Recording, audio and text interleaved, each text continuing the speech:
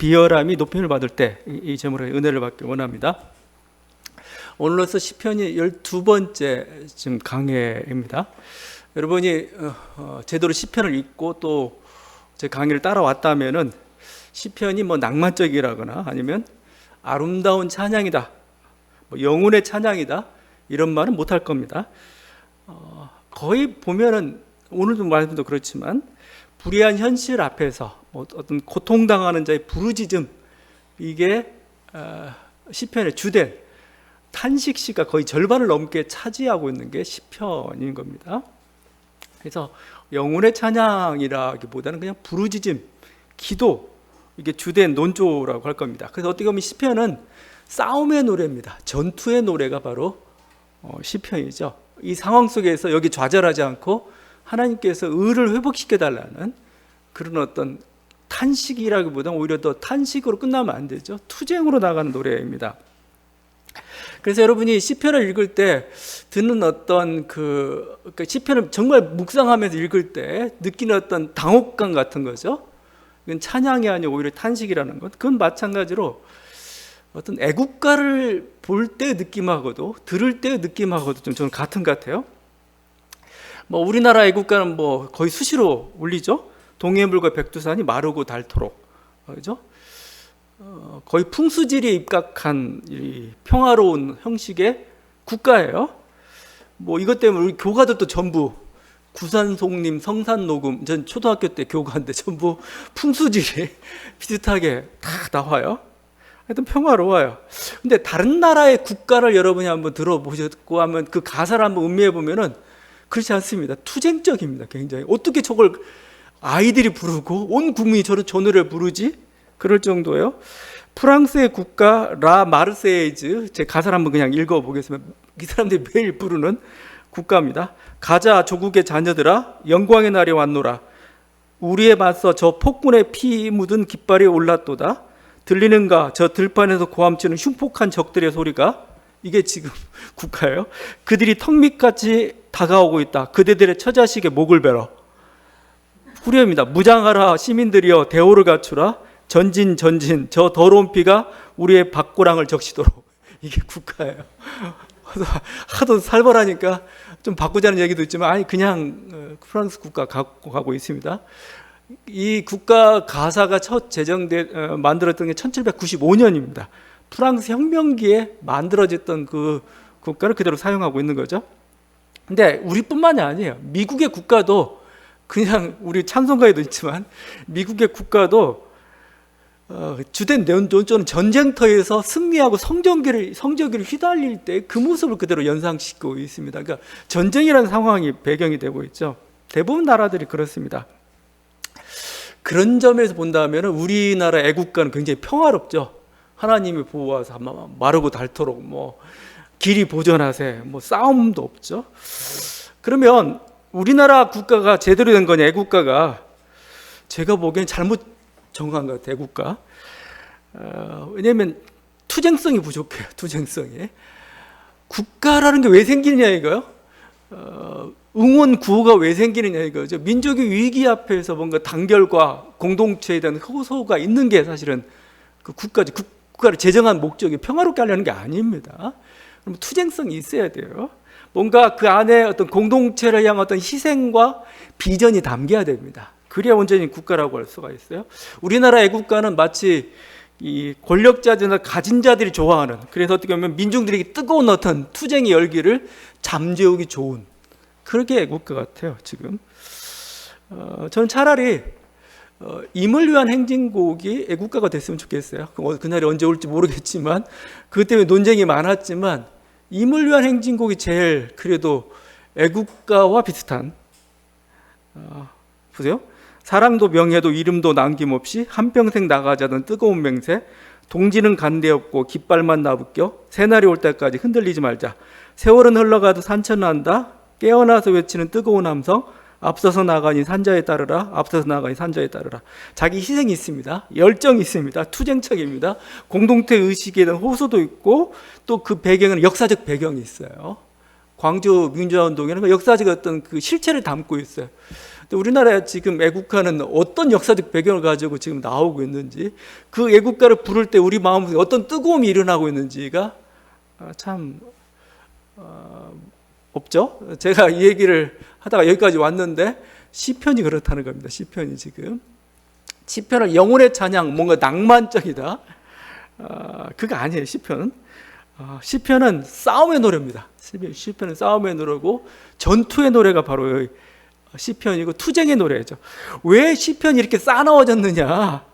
그건 우리 삶이 싸놨기 때문에 그래요. 우리 삶의 현장이라는 게 얼마나 치열하고 얼마나 지금 그냥 자기 재산이 순식간에 날아가 버리고 자기 목숨이 왔다 갔다 하는, 자기 자녀의 미래가 걸려져 있는 우리 삶이라는 어떤 어떤 이런 현장인데 이게 녹록지 않은 겁니다. 그러니까 지금 이런 데서 한가롭게 전원의 아름다움이나 뭐 영혼의 찬양이나 신에 대한 찬양이나 그렇게 할 수가 없어요. 시편 전체를 보면 하나님에 대한 찬양이 있습니다. 출애굽의 하나님, 뭔가 세상을 만물을 만드신 하나님. 근데 항상 그 찬양이 어디로 가고 있느냐? 그냥 찬양으로 안 끝나요. 하나님의 개입을 호소하는, 항상 그런 식으로 가고 있습니다. 그래서 그냥 즐거운 노래를 부를 수가 없어요. 아름다운 노래를 부를 수가 없는 게 지금 이스라엘의 형편이었고, 그 모습을 잘 노래하고 있는 게 저는 시편 137편 같아요. 시편 137편이 왜 시편이 이렇게 좀 싸납게 될 수밖에 없었는가를 좀 보여주고 있는데, 이렇게 됩니다. 여러분도 잘 알고 있는 겁니다. 우리가 바벨론의 여러 강변 거기에 앉아서 시온을 기억하며 울었도다. 지금 이스라엘이 포로로 끌려가가지고 부르는 노래가 이겁니다. 그 중에 버드나무에 우리가 우리의 수금을 걸었나니 이는 우리를 사로잡은 자가 거기서 우리에게 노래를 청하며 우리를 황폐하게 한 자가 기쁨을 청하고 자기들을 위하여 시온의 노래 중 하나를 노래하라 함이로다. 우리가 이방 땅에 뒀지 여호와의 노래를 부를까. 이 노래가 여러분도 많이 들었습니다. 성경만 본 게 아니고 노래로 많이 들었는데, 보니엠의 그 유명한 리버스 오브 바빌론이 이 내용을 그대로 노래로 가사로 이렇게 담고 있습니다. 이스라엘이 바벨론 포로로 끌려갔어요. 그래가지고 지금 나라가 망해가지고 막 있어가지고 강변에서 이렇게 막 눈물을 흘리면서 고향 땅 생각하면서 있는데, 지나가던 사람이 아니면 이웃 사람들이 야, 너 강변에 놀러 왔니? 막 이런 겁니다. 강변에 놀러 왔니? 야, 너 노래 한번 불러봐. 니네 유명한 노래가 뭐야? 한번 불러봐. 근데 노래가 안 나와요. 지금 나라가 망했는데 무슨 노래를 부를 것인가. 그래서 이 시편 137편의 시인이 수금을 버드나무에 딱 걸어놔 버립니다. 나 더 이상 노래 부르지 않겠다, 이거죠. 이게 시편 137편의 모습인데 한가하지가 않다는 겁니다. 지금 내가 한가하게 뚱땅거리고 노래를 부를 때가 아니다. 그만큼 이스라엘 백성의 삶이 팍팍했던 거죠. 반면에 그렇다면 그냥 노래를 전혀 안 불렀느냐? 그런 게 아니고 노래를 부르기 시작했는데 그들의 노래는 뭐냐면 이제 투쟁의 노래로 바꾼 겁니다. 이제 투쟁의 노래, 즐거운 노래, 뭔가 낭만적인 그런 노래가 아니고, 찬양의 노래가 아니고 찬양도 투쟁의 찬양인 겁니다. 지금 삶에 대한 그 투쟁으로, 열정으로 바꾼 거죠. 그건 어떻게 보면 하나님께서 만드신 아름다운 세상, 하나님께 우리에게 복 주신 어떤 언약의 어떤 그 축복된 세상을 회복시키려는, 그걸 빼앗기지 않겠다는 간절한 어떤 소망들, 투쟁 의지들을 담고 있는 거죠. 하나님 그런 언약의 땅, 축복의 땅을 약속하셨는데 그게 전혀 이루어지지 않는 거에 대해서 분노하는 마음입니다. 다시 그 땅을 회복시켜 주십시오. 그건 자신의 삶의 문제이기도 하고, 어떤 동시에 이 삶의 어떤 현장 속에서 자기가 물러나지 않겠다는 겁니다. 만약에 물러나면 어떻게 됩니까? 포기하게 되면 이제 그 다음에 나오는 노래가 이제 산파조의 노래죠. 아이고 처량하다, 아리랑부터 시작해가지고 처량한 산파조의 노래가 나올 겁니다. 좀 더 가면 이제 그때부터 나오기 시작한 게 전원의 뭐 아름다움 같은 거지. 인간 삶은 외면하겠다는 거예요. 인간 삶은 힘들고 어차피 해봤자 변화도 없고 그냥 수용하겠다는 거죠. 그래서 그냥 전원의 아름다움들을 노래하기 시작하는, 어떻게 보면 우리 서동주 시인의 그 아름다운 시죠. 그렇지만 현실은 망각해버린, 그래서 서정주요, 제가 서동주라고. 예. 우리들이 그 모습이 사실은 되어 가는 거죠. 근데 시편 시인은 그걸 그렇게 가지 않습니다. 그렇게 포기하지 않아요. 이 삶 속에 분명히 하나님 나라를 나는 이루겠다. 그 평화의 나라를 이루겠다. 그래서 시편이 좀 싸나워졌다는 겁니다. 시편이 그러면 투생적이다 얘기하고 있는. 그래서 군가입니다. 군가. 전투가입니다. 전투가. 분명히 우리 삶의 현장 속에 나가서 이런 어려움들이 있을 때 우리가 이걸 어떻게 돌파해 나갈지, 그 어려움 속에 하나님 우리를 도와달라는 그런 노래들이죠. 지금 시편 시인이 가장 화나게 하는 건 여러 가지 것들이 있지만 여기는 비열한 자가 판을 치기 때문에 그렇죠. 여기 8절입니다. 비열함이 인생 중에 높임을 받는 때 악인들이 곳곳에서 날뛰는도다. 비열함이 인생 중에 높임을, 비열하다는 국어사전 보니까 사람이 하는 짓이나 성품이 천하고 졸렬하다. 그죠? 천하고 졸렬한 사람들이 높은 자리에, 권력의 자리에, 그리고 큰 소리를 치고 있고, 오히려 의인이나 신실한 자들은 이렇게 기가 죽어 있고, 오히려 손해를 피해를 당하고 있는 현실. 지금 이 현실을 지금 시인을 분노케 한 거죠.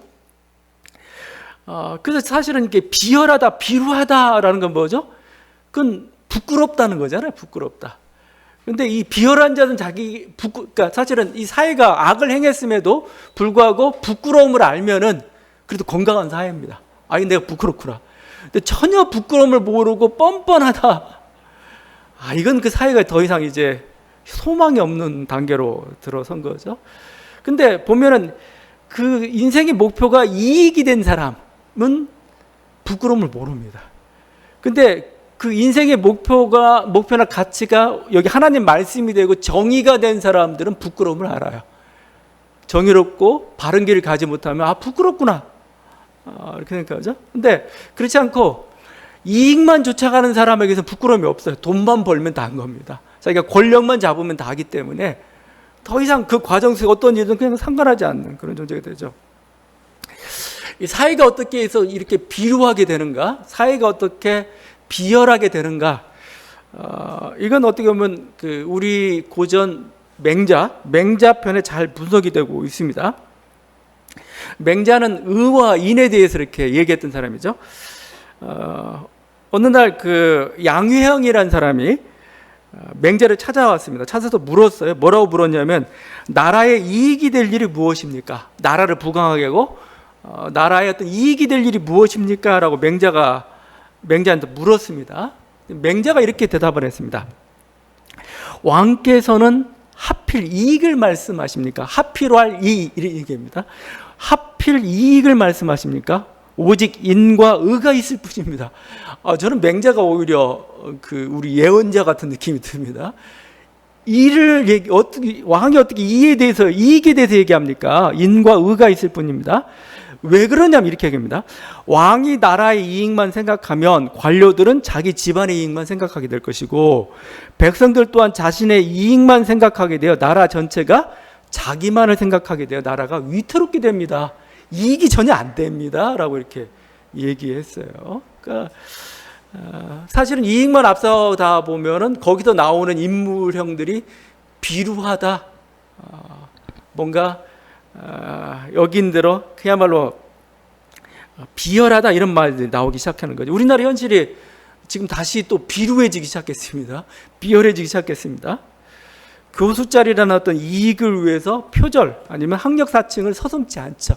목표만 이루면 되니까요. 목표라는 교수라는 이익을 위해서 자기의 이익이 된다면 법관이나 어떤 검사가 가져야 될 품위, 명예 같은 게 있어요. 그것도 아무 소용이 없어요. 언론도 마찬가지죠. 언론이 지켜야 하는 진실이라는 어떤 그 가치, 그 자기 자존심의 문제거든요. 그 정의에 관한 문제인데 그것도 소용이 없어요. 그래서 비루해진단 말을 쓰는 겁니다. 권력자가 자기나 자기 정파 이익만을 쫓아가요. 그렇게 사람을 기용하고 또 정책을 펼쳐요. 그러면 그 정책의 결과들이 그 모든 과정들이 다 비루해지기 시작한 겁니다. 뭔가 항상 이권이 개입되고 거기서 아주 명예롭지 못한 일들이 보기에는 왜 저래 이런 일도 발생을 해요. 권력자가 이익을 밝히면 충신은 사라지고 간신만 살아남습니다.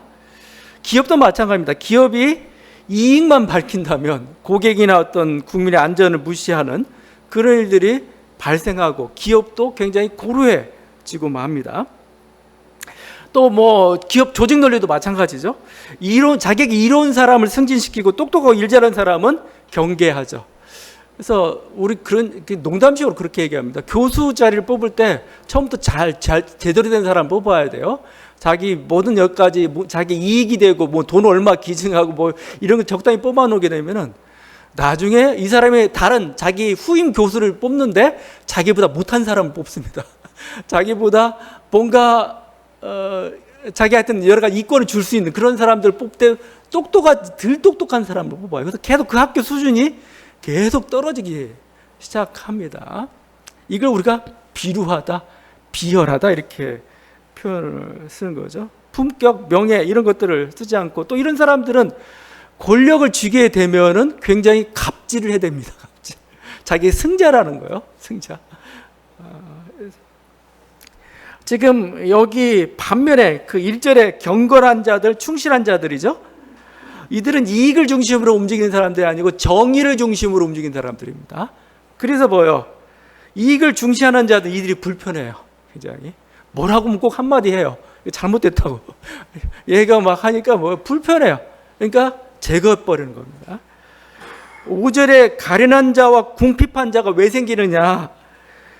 이 사람들은 그 이익을 추구하지 않기 때문에 약삭빠르질 않아요. 좀 그냥 무던하게 자기 일만 열심히 하고 있는 그런 사람들입니다. 그러니까 사기치는 자들한테 당해요. 여기 거짓이라는 표현 나오잖아요. 아첨이라는 표현들 나오잖아요. 이들에게 모든 걸 다 빼앗기고 마는 거죠. 참 이게 사회가 어떤 사회이냐 지금 우리나라의 사회가 뭔가 이렇게 품격이 좀 어느 정도 높아지려다가 다시 또 이렇게 떨어지고 뭐 이렇게 지금 반복이 되고 있습니다. 이런 사회 속에 이게 분노가 일어나는 거죠. 그래서 우리가 그 맹자 얘기를 했는데 맹자가 그런 얘기입니다. 의라는 게 뭐냐? 우리 어떤 그 인간의 본성 속에 어떤 이렇게 인의, 예, 지 뭐 이런 게 다 있는데 그 중에 의를 표현할 때 뭐라고 표현하냐면 수호지심이라는 표현, 수호지심. 수호지심이 의의 근본이라는 표현을 썼습니다. 뭐냐면은 자신의 옳지 못함을 부끄러워하고 남의 옳지 못함을 미워하는 거. 부끄러울 수, 미워할 오해요. 그러니까 자신이 옳지 못함을 부끄러워해요. 스스로. 내가 옳은 길을 행하지 못했구나. 아니면 남이 옳지 못함을 미워해요. 이게 의의 근본이다 이렇게 표현하고 있어요. 의라는 게 바로 이런 겁니다. 이런 사람들이 많을수록 세상은 밝아지고 정의롭게 되는 거죠. 근데 비루한 사람들이 많아지게 되면은 나중에는 이런 어떤 의로운 사람들이 그냥 잠잠하기 시작합니다. 더 이상 더러운 걸 보기 싫어 가는 거죠. 그냥 그냥 될 대로 되라. 그런데 오늘 시편 시인은 잠잠하지 않습니다. 이렇게 비루한 사회가 되었음에도 불구하고 그는 끊임없이 이렇게 외치는 사람, 아니오라고 외치는 사람, 불의하다고 외치는 사람이 오늘 시편 시인의 모습이죠. 12편 전체를 이렇게 오늘 읽어보면은 시인이 보면은 직접 자기가 당하는 고통이 아니에요. 내가 그런 고통을 당했으니까 나를 구해줘 이런 식의 그게 아니고 거기 1절 여호와의 도우소서 경건한 자가 끊어지며 충실한 자들이 인생 중에 없어지나이다. 마치 신문을 봤는데 뉴스를 들었는데 정말 의로운 사람들이 이렇게 모든 것들을 권리를 박탈당하고 피해를 당하고 있고 오히려 죽음에 이르기도 하고 오히려 그렇지 않은 자들이 이렇게 득세하는 그 모습을 보니까 막 분노가 일어난 겁니다. 그래서 이 시편 시인은 안 된다고 외친 겁니다. 이 사회가 이래서는 안 된다. 자기의 고통이 아니고 타인의 고통과 사회의 불의 때문에 일어난 사람이죠. 그래서 이 사람을 우리가 예언자라고 부릅니다. 예언자들이 그래요. 예언자들이 자기 재산 빼앗기고 자기 제일 억울한 일 당하고 하나님 저 살려 이런 식이 아닙니다. 자기는 그냥 잘 살 수도 있어요. 근데 밖을 보니까 이게 하나님 말씀이 제대로 쓰이지 못하고 힘없는 자들이 당하는 현실을 그냥 두고 볼 수가 없는 거죠. 그래서 그들이 외치는 거죠. 그들이 바로 예언자라는 사람들, 그렇게 분연이 일어난 사람들입니다. 제가 보니까 그 시편, 그래서 12편과 가장 흡사한 예언자가 누굴까? 제가 볼 때 하박국 같아요. 시편 12편의 시인의 정체와 가장 비슷한 유형은 누굴까? 하박국입니다. 하박국도 어떤 사람이냐? 이 불의 때문에 탄식하는 그런 예언자였어요. 하박국 1장 2절입니다. 여호와여, 내가 부르짖어도 주께서 듣지 아니하시니 어느 때까지리까? 내가 강포로 말미암아 외쳐도 주께서 구원하지 아니하시나이까? 똑같죠. 지금 겁탈과 강포가 내 앞에 있고 변론과 분쟁이 일어났나이다. 이러므로 율법이 해이하고 정의가 전혀 시행되지 못하오니 이는 악인이 악인이 의인을 에워쌌으므로 정의가 굽게 행하여짐이다. 그렇죠? 악인이 의인을 에워싸고 있는 정의가 굽게, 지금 시편 12편의 상황하고 똑같죠. 근데 하박국은 여기에 좌절하지 않고 이거 하나님께 기도하는 거, 하나님께 부르짖는 겁니다. 하나님께 기도한다, 하나님께 부르짖었다니까 그냥 기도만 하고 있다 생각하면 안 됩니다. 사회에 외쳤던 사람이에요. 이러면 안 된다고 외쳤다는 거죠. 이러면 안 되면서 이제 또 하나님 앞에 나가서 또 담판을, 하나님 왜 이런 사회를 가만 놔두십니까? 하나님 다시 정의를 회복시키십시오. 이렇게 부르짖었던 사람입니다. 자, 그러니까 하박국의 어떤 의로운 어떤 삶, 아니면 하박국의 그 부르짖음을 듣고 하나님 응답합니다. 하나님 응답하는데 1장 5절에 나와 있습니다. 보라, 내가 사납고 성급한 백성 곧 땅이 넓은 곳으로 다니며 자기의 소유가 아닌 거처들을 점령하는 갈대아 사람을 일으켰나니. 그래, 유대 지역에 이런 불의가 일어나니까 내가 가만 안 놔두겠어. 내가 이들에게 심판을 행할 것이다. 갈대아 사람. 근데 갈대아 사람은 더 악인이거든요.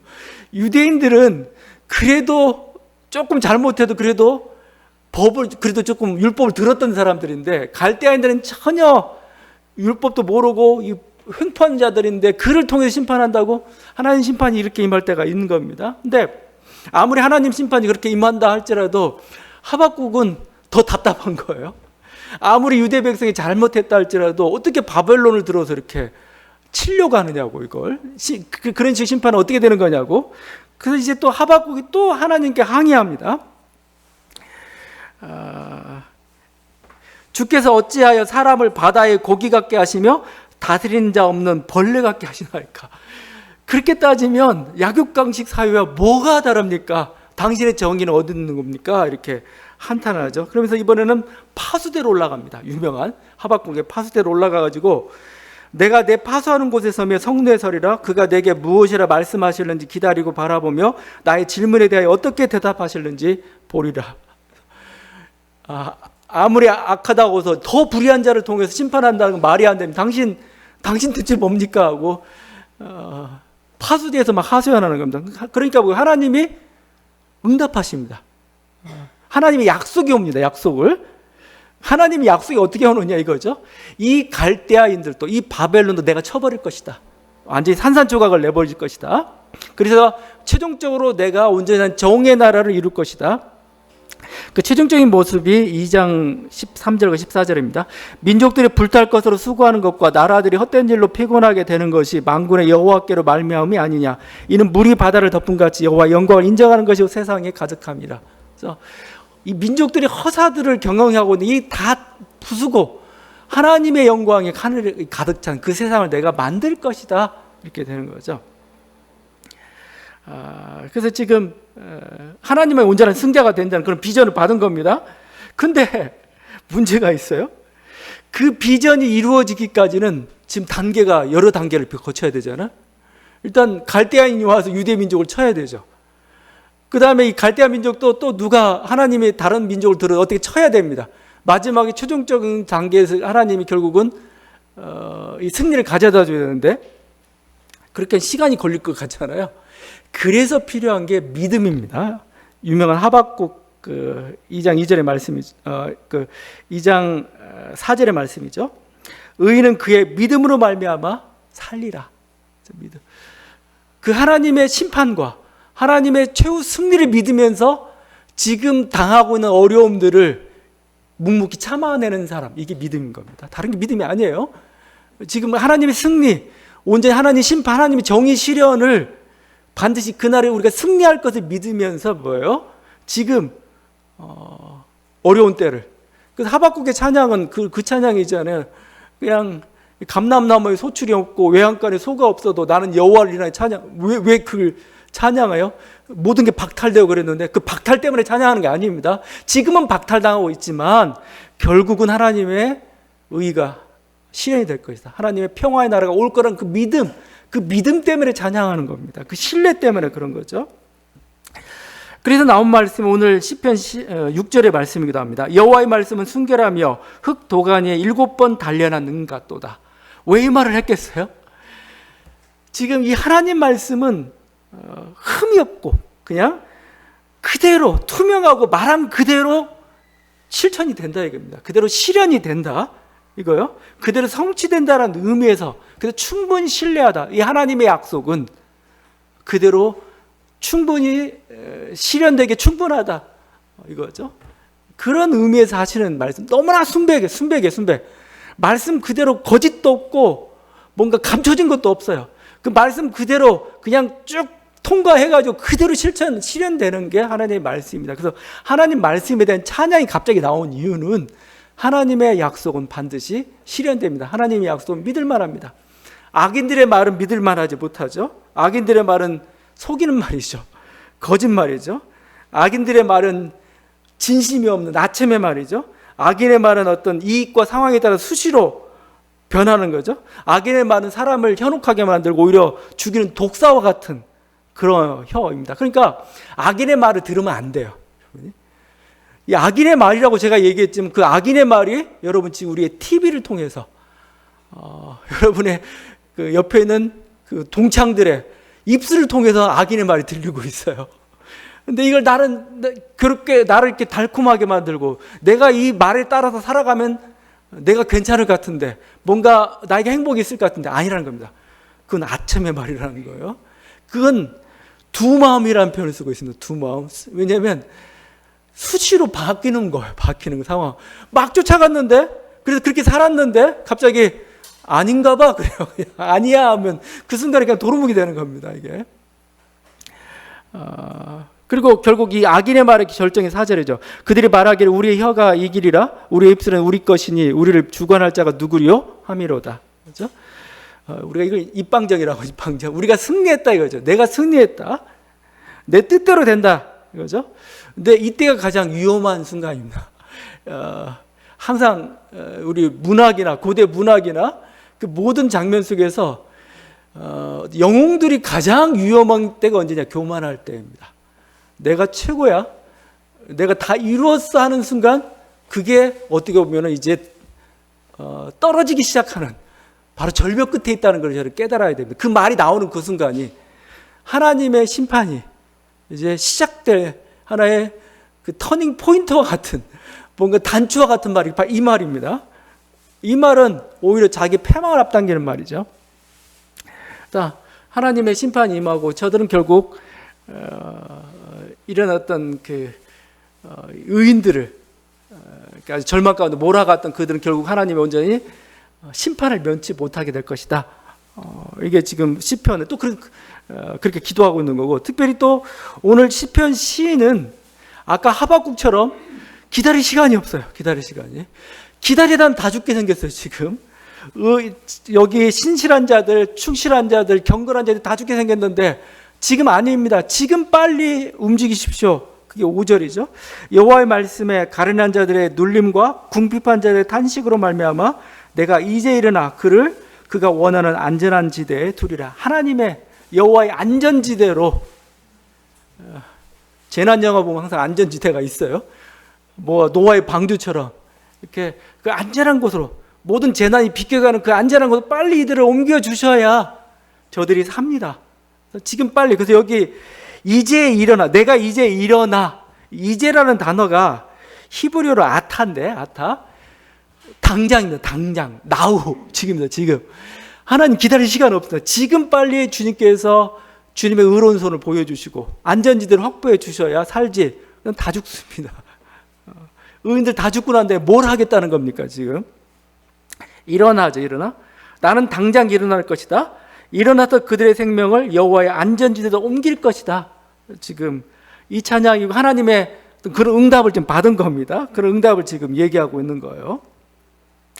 그래서 하나님께서 우리를 안전지대로 이렇게 옮기시는 거죠. 우리들에게는 안전지대가 필요합니다. 하나님 옮기시는 안전지대가 이게 즉각적으로 우리를 피신할 그곳 하나님께 인도해 주셔서 뿐만 아니라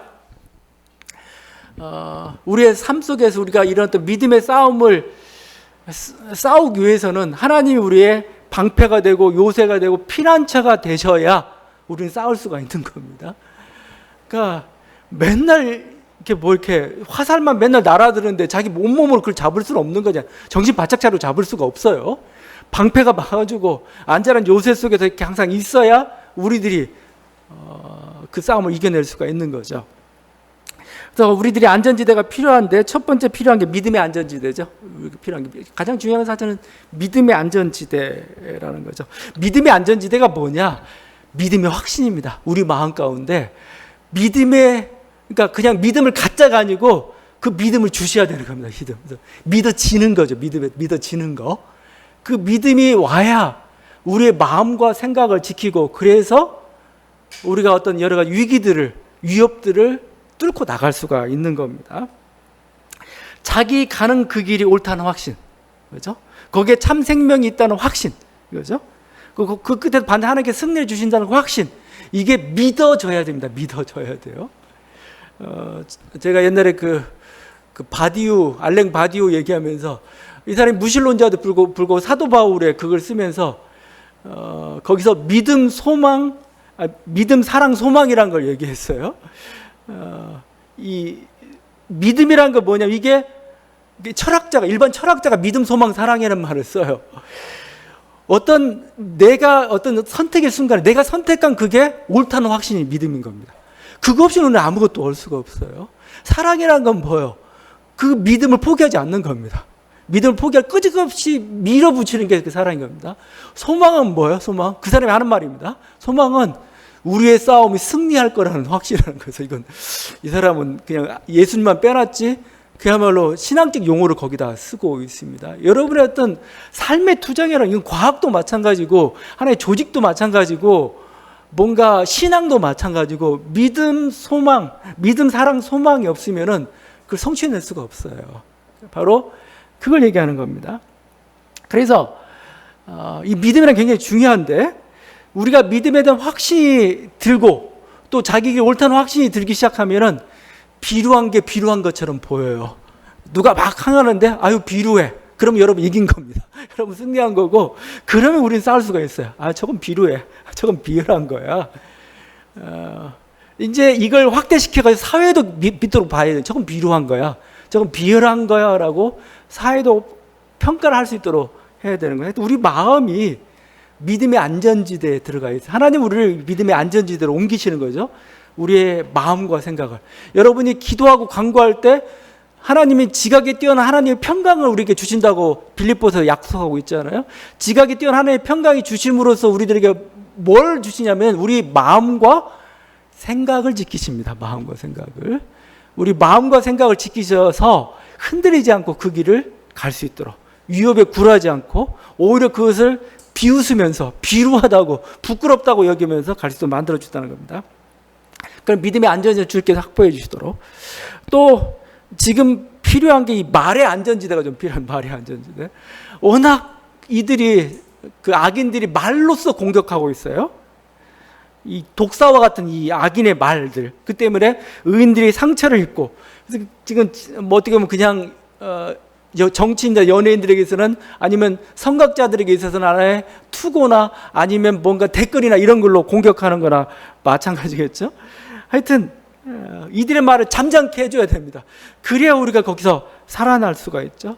그들의 말이 허무하다는 것을 하나님께서 드러내 주셔야 우리는 이 말의 공격으로부터 살아날 수가 있고 이미 일단 이 말의 공격으로부터 우리가 안전지대 확보가 돼야 우리는 그것을 뚫고 나아갈 수가 있습니다. 선각자들이 제일 앞서서 가는 사람들이 가장 해야 될 것 이 말로부터 말의 공격, 말의 화살로부터 자기를 방어할 수 있어야 됩니다. 그래야 우리는 그 원하는 그 길을 하나님께서 원하셨던 그 길을 나아갈 수가 있는 거죠. 더 나아가서 이렇게 독화살로 막 이렇게 공격하는데 이 독화살을 독화살로 공격한다. 그 조금 조금 이렇게 성공을 잘 못해요. 오히려 이 독화살을 향기로 만들어 버릴 수 있는 그런 사람들, 오히려 독화살처럼 쏘는 그 말을 그들로 하여금 뭐죠? 그 말을 공격당하고 있는데 오히려 향기가 더 나는 이런 거, 이게 하나의 우리들의 공격 방식일 수가 있습니다. 그게 사도 바울이 원수를 사랑하라라고 할 때 그거였어요. 그거. 니네가 나를 그렇게 해? 근데 뭐 나는 똑같은 방식으로 안 싸우겠어요. 그죠? 나는 좀 더 고상한 방식으로 니네에게 싸울게. 니네를 대적할게. 이거죠. 그게 원수 사랑인데, 그 조르주 루오라는 그 판화 연작 작가가 있습니다. 1958년도에 뭐 돌아가셨죠. 이분이 1차 세계대전, 우리나라에도 그 2000년대 초반에 왔던 것 같습니다. 1차 세계대전에 이 작품들이 왔었어요. 참상을 목격하고 참여하듯이 이렇게 어떤 동판화인데 흑백의 동판화를 연작으로 만들었습니다. 예수님의 일대기와 함께 여러 가지 모습 속에서 우리 삶의 모습도 보여주면서 50여 점에 달하는 그 동판화를 제작했는데, 재밌는 건 동판화 하나하나마다 제목을 달았어요. 제목이 굉장히 괜찮습니다.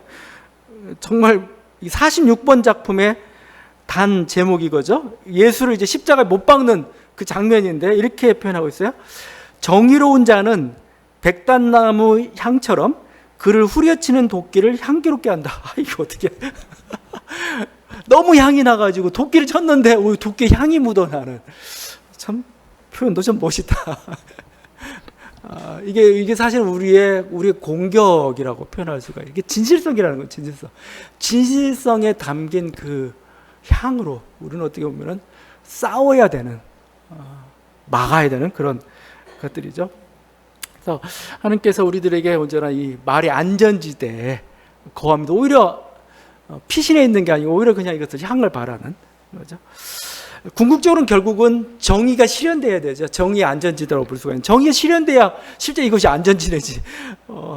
불의가 해소되고 그렇게 피해를 당했던 어떤 의인들이 권리가 회복이 되고, 이게 정의죠. 이게 실제적으로 일어나야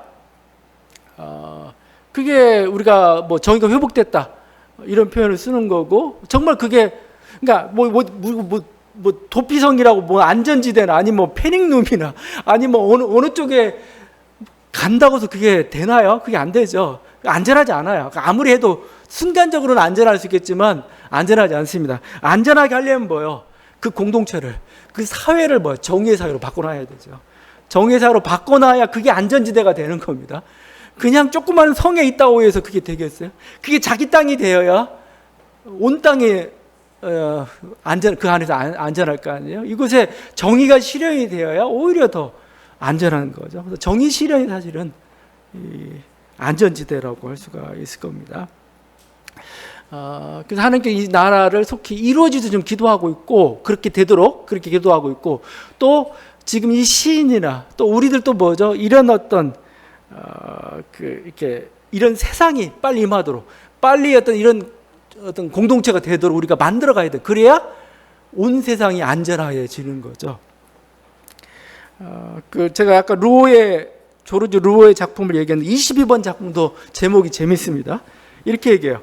여러 분야와 마찬가지로 가장 좋은 직업은 척박한 땅에 씨를 뿌리는 것. 그래서 이게 좋은 직업이야? 근데 척박한 땅에 씨를 뿌리는 것, 이게 가장 좋은 직업이다. 대단한 통찰이기도 하고, 그렇죠. 그러기죠. 하여튼 우리가 이런 어떤 척박한 정의의 길이라는 사실은 척박하죠. 힘든 길이죠. 하나님께 또 원하시는 길이고, 또 그걸 이루었을 때만 우리들이 안전하기 때문에, 사실은 불안전한 것은 불법 때문에 발생하는 거고, 또 어떤 불이한 이런 그 구조 체계가 작동하기 때문에 우리들이 안전 불감증에 빠지고, 결국 그렇게 해서 결국 되는 거 아니겠어요? 온 사회를 정의롭게 만들지 않으면 더 이상 안전지대는 우리가 없습니다. 우리는 그걸 위해서 노력해야 되고 투쟁해야 되고, 또 이런 세상을 만들어가는 저와 여러분들에게 간절히 바랍니다. 기도하시겠습니다.